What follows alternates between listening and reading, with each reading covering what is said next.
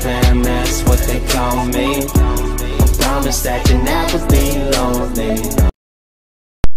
Salut à tous, c'est Erwan Lovray. On se retrouve pour cet avant-match de la 22e journée de la Ligue de BKT pour cette rencontre entre Le Havre et Rodez en partenariat avec Actu. Actu, c'est votre site 100% Ciel et Marine. Je vous invite vraiment à les rejoindre et à bien sûr les rejoindre sur YouTube pour suivre leurs émissions live. Alors malheureusement, j'ai appris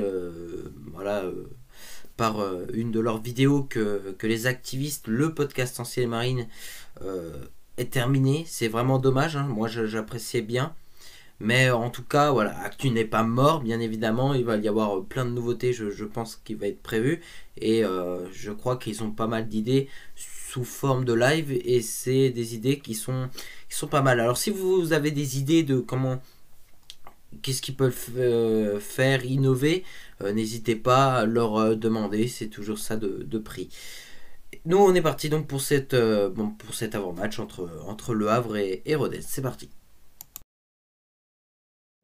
Droit, TV et horaire de la rencontre. La rencontre débutera aujourd'hui à 19h au Stade Océane. Alors ça faisait longtemps que le HAC n'avait pu jouer à 19h, c'est normal, puisque le HAC a affronté beaucoup d'équipes du top 5. Enfin, on avait enchaîné là contre des équipes du haut de tableau, ce qui faisait que le HAC était sur des cases horaires de match premium. Donc pour moi, c'est un plaisir de retrouver cet horaire de 19h qui me correspond bien. Match diffusé par la chaîne L'équipe au niveau du multiplex. Et si vous voulez suivre seulement le match entre Le Havre et Rodez, ça passe par un abonnement à Prime Video.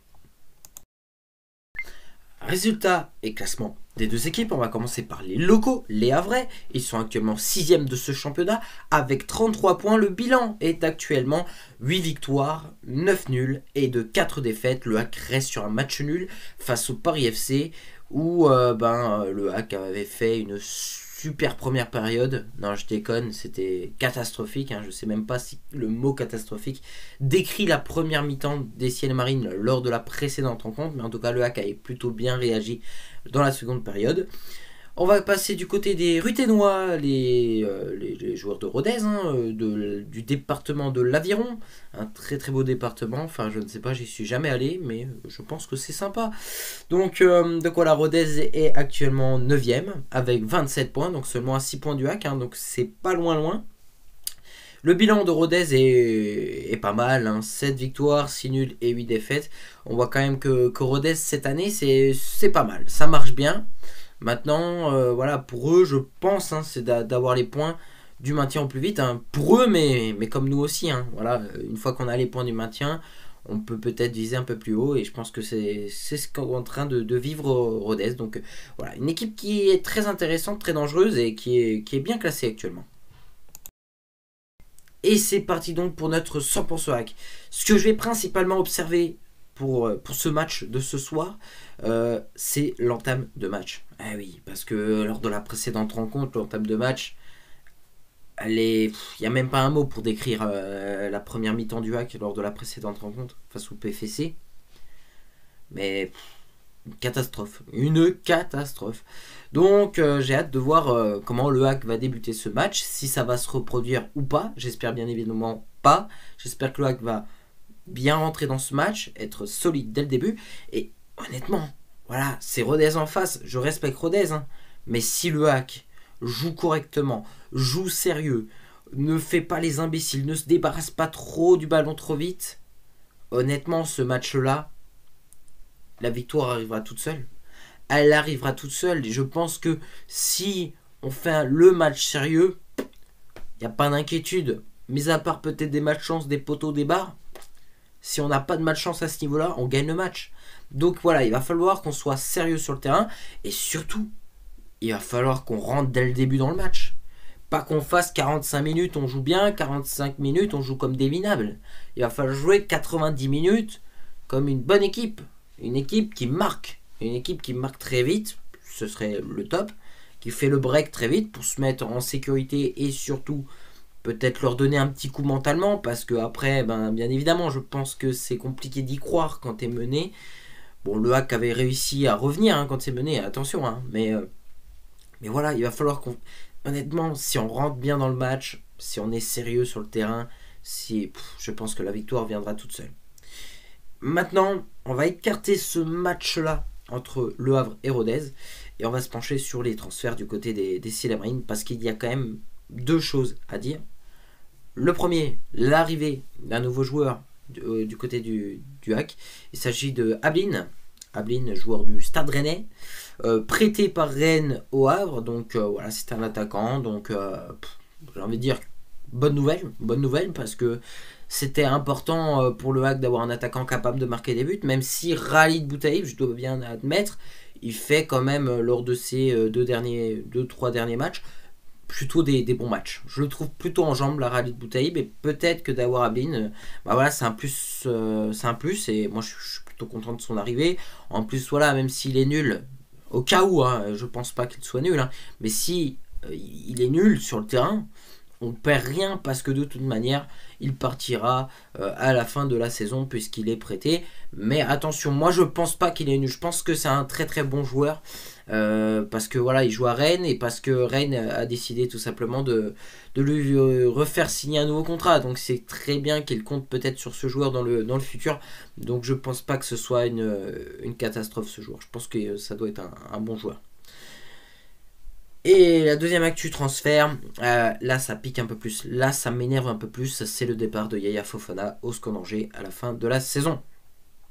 Alors, ce qui m'énerve, c'est pas les choix de Yaya qui sont très bons, commencer par une équipe de Ligue 1, voilà. Yaya a tout à fait le droit de partir, c'est un droit et je le respecte. Mais ce que je ne respecte pas, ce que je ne cautionne pas, c'est encore une fois une erreur, mais monstrueuse du côté de l'administration havraise. Comment ça se fait qu'on laisse encore un joueur partir gratuitement? Ok, le joueur il part, on le vend, on a des bénéfices, on a des sous, mais là, que dalle. Que dalle. Le mec il va partir à Angers gratos. Angers, ils ont rien à payer, tranquille. Mais c'est une cata, c'est une catastrophe. Et je dis ça parce que, bien évidemment, ça se reproduit, ça s'est déjà reproduit plusieurs fois dans le passé.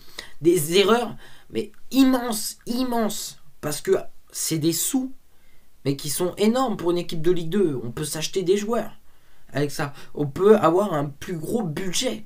Mais non, on laisse partir des joueurs gratuits. Attends, et je vais vous donner des exemples. Ferrat, Moukoudi, Pape Gay, et puis j'en oublie, Badé, mais oui, j'en oublie encore peut-être. Il y a plein de joueurs précédemment qui sont déjà partis gratuits. Donc quand ça arrive, tu réfléchis, tu te dis il faut pas que ça arrive de nouveau. Bah non, on refait les mêmes erreurs. C'est pas Yaya Fofana de se dire je dois signer un contrat, machin. Non, lui il a le droit de partir, il a le droit de partir gratuit, il a le droit de signer son contrat, voilà. Mais par contre, du côté du HAC, on aurait dû essayer de le bloquer avant, en août, je sais pas, peut-être en août, on lui aurait proposé un contrat de 2 ans. On l'aurait vendu en août, on l'aurait vendu à la fin de la saison, on l'aurait vendu et on aurait eu 10 sous. Mais c'est une catastrophe et ça c'est des choses qui m'énervent mais à un point parce que ça se reproduit. Alors en fait on essaye à chaque fois d'effacer les erreurs. C'est le but, c'est de ne pas faire les mêmes erreurs, c'est ça. Bah non, le HAC on continue à faire les mêmes erreurs et c'est complètement stupide. Bon, je vais pas essayer de m'énerver parce que c'est soir de match et que le HAC va gagner, enfin c'est ce que j'espère. Donc voilà, c'est tout pour notre 100% HAC. Bah, sur le classement, évidemment, c'est le HAC qui part favori de ce match. Moi, je pense aujourd'hui, il n'y aura pas de cadeau. 3-0 pour le HAC, pas parce que j'aime pas les Ruténois, encore une fois, je leur dis. Mais tout simplement parce que je pense qu'il y a une remise en question du côté du HAC. Et qu'après le match, ou plutôt la moitié de match de lundi dernier, je pense que le coach n'était pas tellement content. Donc je pense que là, ils joueront à 100%.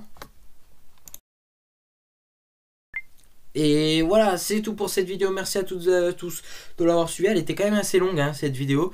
Je tiens à m'en excuser. C'est vrai que c'était très difficile de faire plus court puisqu'il y avait pas mal de choses à parler, notamment dans le 100% HAC. Au-delà du match, bien évidemment, l'aspect bien évidemment transfert avec l'arrivée de Ablin et le départ de Yaya à la fin de la saison.